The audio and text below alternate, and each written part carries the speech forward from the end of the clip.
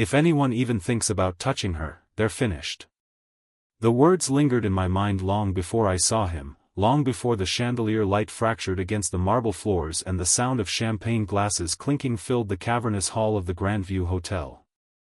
I was balancing a silver tray laden with sparkling flutes, my palms slick with nervous sweat, adjusting my black uniform for what felt like the 100th time that evening, my heart hammering against my ribs as I weaved through clusters of Manhattan's elite who laughed and murmured about stocks, real estate, and charity donations. My name is Emily Harper, 24, working 3 jobs just to pay for nursing school, and tonight I felt painfully small in a room designed for power and influence.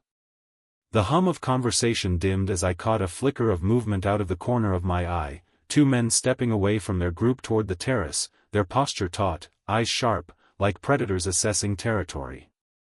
I froze, tray trembling, the clink of crystal shards in my grip mirroring the tension in my chest. Then he appeared, Victor Langston, 65, taller than anyone else in the room, dressed in a tailored black suit that seemed woven from shadows themselves, his presence absorbing the light and quieting the murmurs like a stone dropped into water. His dark hair, streaked with silver, framed a face carved with age and authority, eyes the color of storm clouds, cold and calculating, yet somehow drawing every gaze in the room without effort.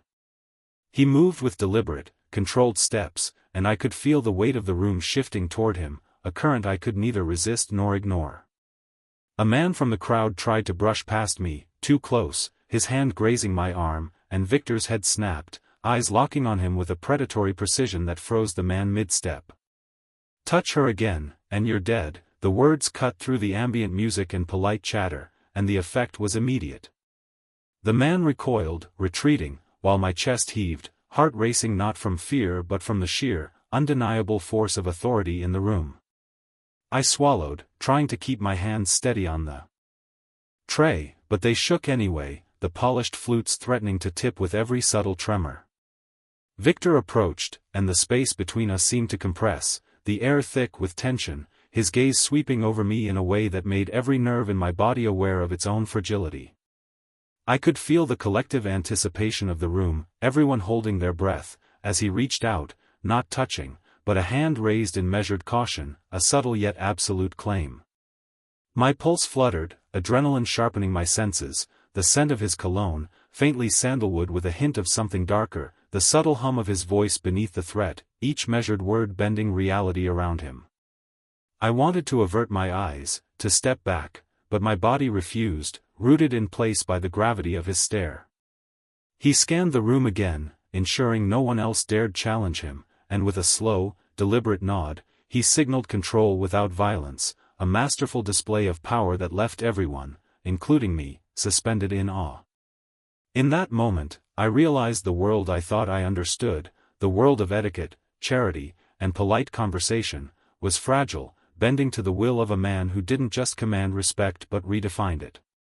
The tray in my hands felt heavy not from the glasses but from the realization that I was caught in something larger than any of us, a current of authority and protection I couldn't yet name, and yet, somewhere deep, I understood that nothing would ever be the same again. The room remained suspended in an almost tangible quiet, the soft notes of the string quartet floating over the polished marble like a thin layer of smoke. I shifted my weight, keeping the tray balanced, eyes darting to Victor Langston who now stood a few steps away, his presence both commanding and strangely protective. Every glance he cast over his shoulder, every subtle adjustment of his cuff, conveyed a meticulous awareness of the room and everyone in it. I had never felt observed like this before, as if each movement I made had a weight far greater than my own, and yet, despite the intensity, there was a strange clarity in the moment, a focus that sharpened my senses. The chatter of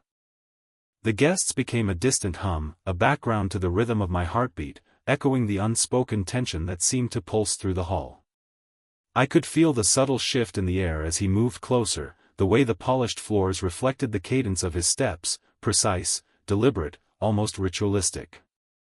I tried to straighten my posture, reminding myself to breathe steadily, to keep my hands firm on the tray, but the weight of the situation pressed down like gravity, unrelenting.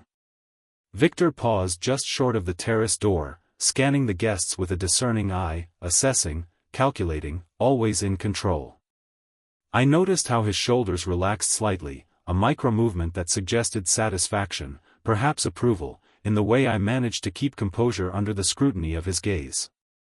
A waiter stumbled near the dessert station, an ice bucket tipping slightly, and without a word, Victor's eyes flicked toward the disruption, the room's energy adjusting instantly, everyone responding to the unspoken command carried in his posture. My pulse quickened, not from fear but from awareness, each detail magnified, every sound sharper, the clinking of glasses, the whisper of silk, the soft hum of conversations now filtered through the lens of control he projected. He extended a hand slightly toward me, not touching, but signaling that I should follow, a gesture precise and deliberate, carrying the weight of authority without intrusion. I hesitated, then moved, the tray now seeming lighter despite the trembling in my fingers, guided by the silent force of his presence. As we weaved through the crowd, his eyes scanning constantly, I caught glimpses of expressions changing, the subtle bows of heads, the shift in posture of those nearby, all responding to him as if the room itself recognized his dominion. The terrace door opened to a cool breeze, carrying the scent of the city at night, a mix of asphalt and distant rain, and I felt a momentary release from the intensity inside, a brief exhale, yet the awareness of Victor's gaze kept me tethered to the present. He stopped at the edge, his eyes meeting mine, conveying a silent acknowledgement, a protection that was firm but unspoken, and in that instant, I felt a strange duality, safety wrapped in absolute authority, a recognition that in this vast room of opulence and pretension, there was a single point of focus, and it was me, under his watchful, unwavering scrutiny. Each breath I took seemed amplified, each movement measured, and the city lights below painted patterns on his suit, reflecting off the black fabric like stars in a controlled night sky. I followed his lead, each step a silent affirmation of the boundaries he set, a rhythm that tied us together in that moment, a subtle understanding forming in the space between us, of order, attention, and the unspoken claim that anchored me to this experience, aware that everything in this room, every gaze, every whisper, now aligned with his careful, commanding presence.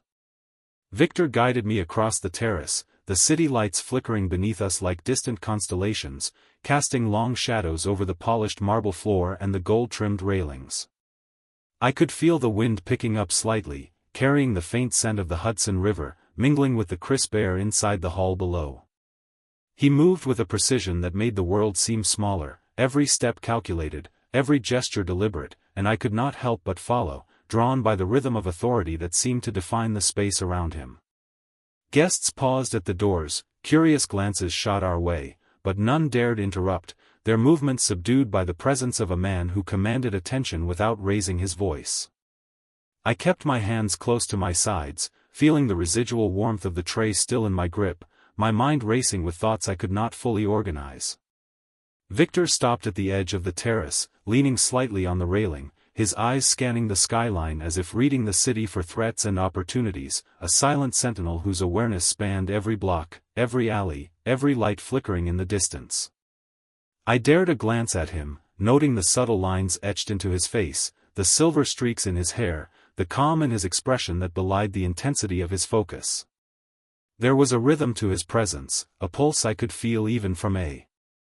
step behind, guiding my own movements, teaching me to observe without panic, to move without hesitation, to exist within a space defined by poise and caution. As the minutes passed, he shifted his gaze toward me, the corners of his mouth lifting in the faintest hint of acknowledgement, a recognition of my awareness, my compliance, and perhaps a subtle approval of the composure I maintained despite the undercurrent of tension. The hum of distant traffic and the faint strains of music from below became a backdrop to the silent communication between us, an unspoken understanding that in this world of sharp edges and hidden hierarchies, my place was observed, protected, and accounted for. I realized then that each detail, each subtle movement, was not merely decoration but a lesson in presence, an invisible choreography between us, teaching me to anticipate without fear, to respond without confusion, to recognize that power and care could coexist in ways I had never before experienced. The terrace felt both expansive and intimate, a private space amidst the public grandeur, where the weight of the city pressed lightly on my shoulders but did not crush me, where I could breathe and yet remain alert, where Victor's watchful presence became a compass, guiding me through currents I did not yet understand. I felt a strange sense of calm, a tether to something steady in the chaos, and though my pulse remained quickened, the racing thoughts softened under the certainty of his attention, the quiet command of his stance, the subtle yet unmistakable assertion that in this space, under this sky, I was accounted for, seen, and under the protection of a force I could neither challenge nor fully comprehend. The breeze shifted slightly, carrying the faint aroma of freshly cut flowers from the rooftop garden below, mingling with the crisp night air that swept across the terrace. I adjusted my stance, the cool metal of the railing pressing lightly against my fingertips, and tried to focus on the rhythm of Victor Langston's presence, a steady force that seemed to define the boundaries of the space around us. He moved with the same deliberate grace, eyes scanning the distant lights of the city as if every flickering window held a secret he intended to catalogue. I followed, each step measured, feeling the weight of awareness pressing in from all sides, guests peering from below, conversations muted by the invisible gravity he carried. Victor turned, just slightly, so that his gaze met mine, and in that simple act, the tension shifted, a silent communication that I could not misinterpret. I understood then that my movements, my breaths, the subtle adjustments of my posture, were all under observation, yet there was no judgment, only a careful calculation that left me simultaneously exposed and protected. The sound of distant traffic and faint sirens from the streets below created a backdrop, a rhythmic undercurrent that contrasted with the calm authority radiating from him. I felt a subtle release, a deep inhalation of clarity, yet the presence of his watchful eyes kept me alert, tethered to the moment. Every detail became amplified, the shimmer of his cufflinks in the city light, the slight tilt of his head, the controlled cadence of his voice when he addressed someone across the terrace, and I realized that these micro-expressions were lessons in themselves, guiding me through the unspoken rules of proximity, respect, and composure. The cityscape stretched beyond us, towering glass buildings reflecting the lights of distant cars like rivers of gold and silver, yet the terrace felt like a private world, insulated, almost sacred, a stage where every glance and gesture carried meaning. Victor gestured subtly toward a corner of the terrace, where the shadows deepened and the noise of the party below became faint, inviting me to step closer, to follow the rhythm he set without hesitation. I obeyed, drawn not by fear but by the clarity of purpose that seemed to emanate from him, an unspoken assurance that within these bounds, I was accounted for, seen, and guided. My heartbeat slowed slightly, aligning with the measured pulse of his presence, each inhalation synchronized with the confidence he exuded, and in that silence, I felt a profound awareness of how power could coexist with attention, how control did not need to dominate but could instead provide direction and safety. The terrace, the city, the distant lights, and the faint hum of the party below all merged into a canvas where Victor's presence became the defining force, a silent protector whose careful attention rendered the chaos below irrelevant, and I stood within that space, conscious of every motion, every subtle shift, aware that I had entered a world both delicate and commanding, a moment suspended in time where guidance, observation, and protection converged into an experience I would not forget. The night deepened around the terrace, the glow of Manhattan spilling across the river like molten gold and silver, reflecting in the polished surfaces of the railings and casting long shadows across the marble floor. I took a tentative step closer to Victor Langston, noticing how every subtle movement he made seemed to command attention without a word, as if the space itself responded to his presence. The hum of conversation and music below was now a distant murmur, almost erased by the weight of his aura, a force that seemed to define the contours of reality around us. I kept my gaze on him, trying to absorb the calm authority that radiated from his posture, the way he held himself in absolute control of the moment, yet with an underlying intention that was unmistakably protective.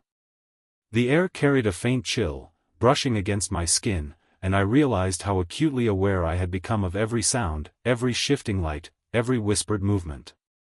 Victor turned slightly, eyes meeting mine in a glance that conveyed observation without intrusion, command without threat, and in that silent exchange, I felt a tether, a connection that defined the space between us in a way words could never capture.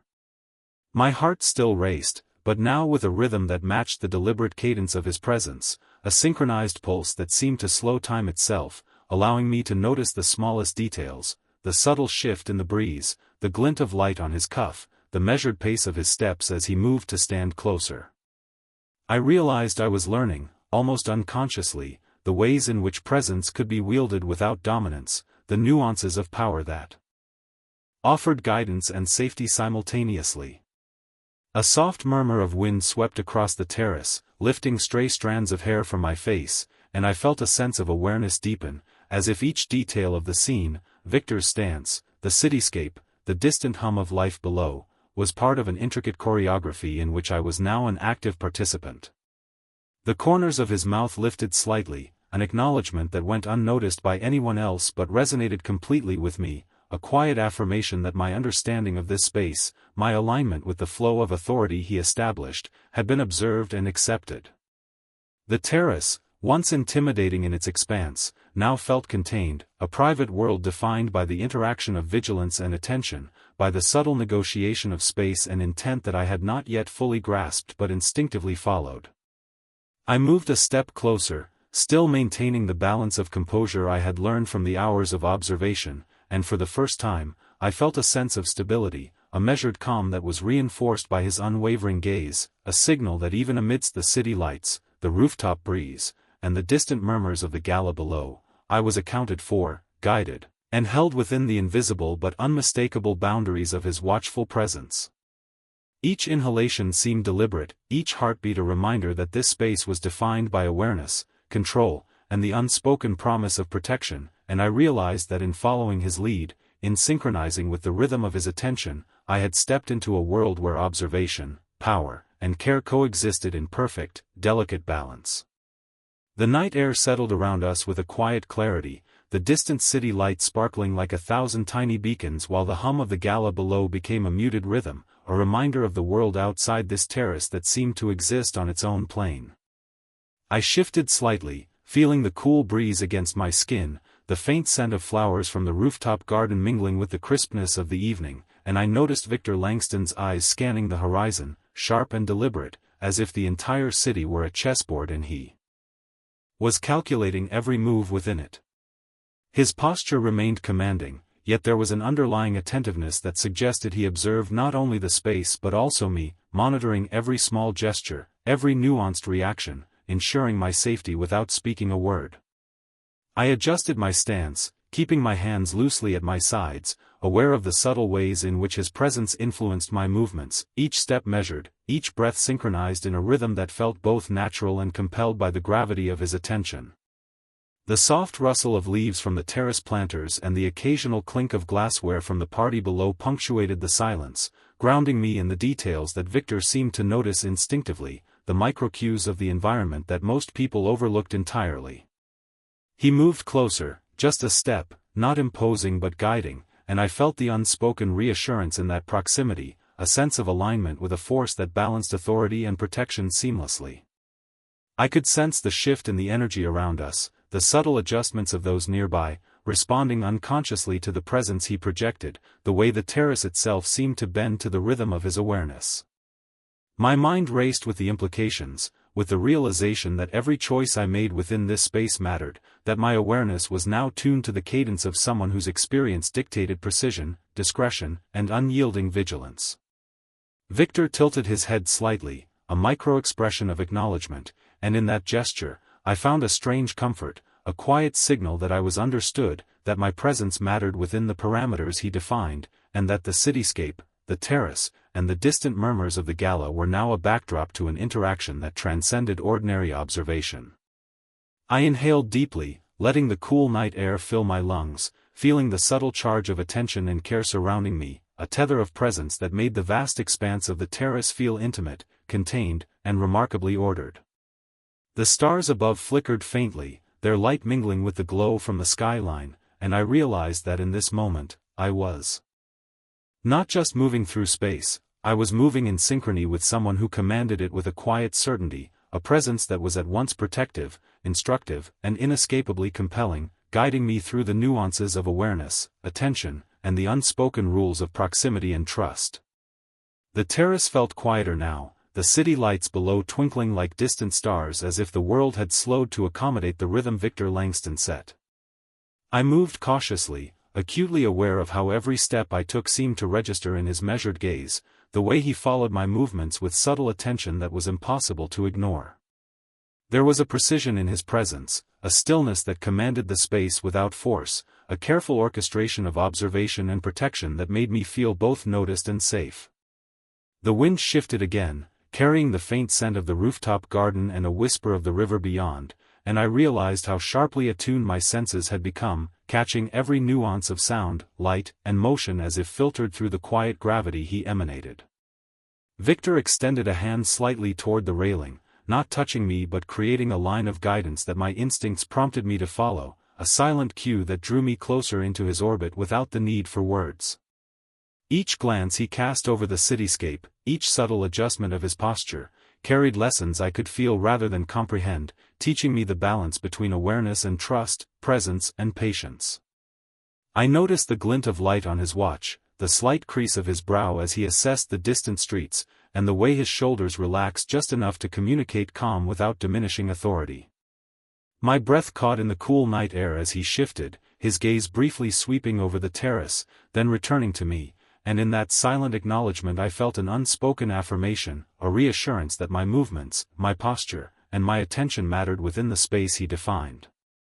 The hum of life from below faded further, leaving only the distant echoes of soft music and conversation, as if the terrace had become a private world insulated by his presence. I felt a strange clarity, a tether to a force that balanced control with protection, a rhythm that guided my steps and deepened my awareness without pressure, teaching me to move deliberately, to notice details, and to synchronize with the subtle currents of his authority. The stars above reflected faintly in the polished marble and metal railings, mirroring the quiet precision of the night and the careful balance of attention between us. I felt a tentative calm settle over me, a sense of orientation and alignment that had not existed before, as though the city, the lights, the wind, and the distant sounds were all measured against the rhythm he set. With each step, I grew more conscious of the space, the subtle signals of awareness, and the way he guided me through an environment that was both expansive and intimate, teaching me, in silence, how to navigate a world defined by observation, respect, and a protective attentiveness that was as compelling as it was inescapable.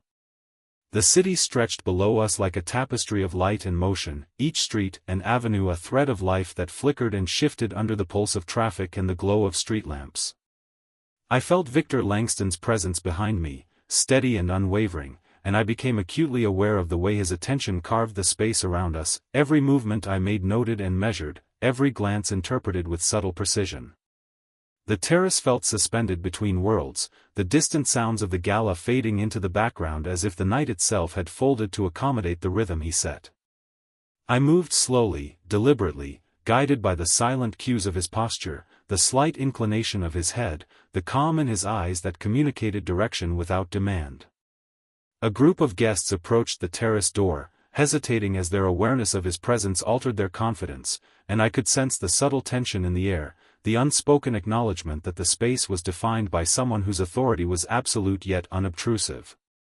Victor extended a hand toward me, an invitation more than a command, and I stepped closer, aligning my movements with the quiet cadence he established. The breeze carried the faint scent of the river, mingled with the aroma of flowers from the rooftop garden, and the city lights reflected in the polished marble beneath my feet like constellations, guiding me through the vastness of the terrace. I noticed the way his shoulders shifted as he scanned the horizon, eyes narrowing slightly at distant movement, and I understood that the vigilance he displayed was not for himself alone but as a protective rhythm I had come to follow instinctively. My heartbeat synchronized with the steady, deliberate pulse of his presence, each step and breath measured in tandem with the space he controlled, a silent choreography of awareness and trust. The hum of the city became a subtle backdrop, each sound sharpened by proximity, each detail of light and shadow amplified by the focus his presence demanded. I felt a sense of calm confidence, grounded in the recognition that within this space, my movements and awareness mattered, guided by the careful attention of a presence that balanced authority, observation, and protection in perfect equilibrium. Victor's gaze met mine briefly, a quiet acknowledgement that I had understood the flow, that I had aligned myself with the rhythm he set, and in that moment, I felt a connection that transcended words, a tether to the space, to the night, and to the silent, unwavering attention that defined him. The stars above mirrored the soft reflections on the terrace, and I realized that the lessons of observation, patience, and alignment I absorbed in these moments would carry far beyond this night, a subtle understanding of how presence, awareness, and protection could coexist in a world that moved around us with constant motion and unseen currents. Every sound, every breath, every flicker of light was a part of the orchestration, and I moved with awareness, attuned to the cadence of a presence that guided without words, held without intrusion, and defined the space with an authority that was as gentle as it was absolute. The city skyline stretched endlessly before us, lights flickering across the river like a ribbon of gold and silver, the terrace suddenly feeling both vast and intimate under the careful watch of Victor. Langston. I stood a few steps behind him, every movement guided by the silent rhythm he set, feeling a subtle pulse of awareness that seemed to define the boundaries of the world around us. The hum of the gala below had softened to a distant murmur, replaced by the crisp night air that carried the faint scent of flowers and the river beyond, creating a space suspended in time. Victor shifted his weight slightly, eyes sweeping across the horizon, then returning to mine, and in that brief exchange I felt the unspoken understanding settle between us, a tether of attention and care that made the expanse of the terrace feel contained, purposeful, and safe. Each step I took followed the cadence of his presence, my movements deliberate, my breath steady, aligned with the careful authority that radiated from him without a word. The soft reflection of city lights on the polished marble beneath our feet mirrored the subtle strength in his posture, the quiet insistence in his gaze that communicated vigilance, protection, and focus simultaneously. I noticed the way he scanned the terrace, the slightest adjustment of his shoulders, the tilt of his head, each gesture a lesson in presence and awareness, teaching me the intricate balance of observation and trust. The stars overhead shimmered faintly, mingling with the glow of the skyline, a soft canvas upon which the rhythm of our interaction played out. I felt a deepening calm, a measured certainty that came not from control but from alignment with his careful attention, a silent assurance that within this space, every movement I made was noted, every breath accounted for, and every subtle reaction guided by the invisible force of his watchful presence. As the night unfolded, I became aware of the subtle cues in his posture, the way he communicated through stillness and intent rather than words, shaping the environment around us with a precision that was at once protective and instructive. Each sound, from the distant traffic to the faint clinking of glassware below, was filtered through the awareness he set, each light and shadow amplified by the gravity of his presence. I took a deep breath, allowing the calm and clarity to settle within me, recognizing that the city, the terrace, the distant hum of life, and his unwavering attention had merged into a single, coherent rhythm, a space defined by alignment, vigilance, and subtle protection. In that moment, I understood fully the depth of his presence, how it anchored the world around him, guiding every step I took, shaping the air, and defining a silent, steady claim that was felt without a word, creating a tether of assurance and attention that would linger long after the lights of the city dimmed.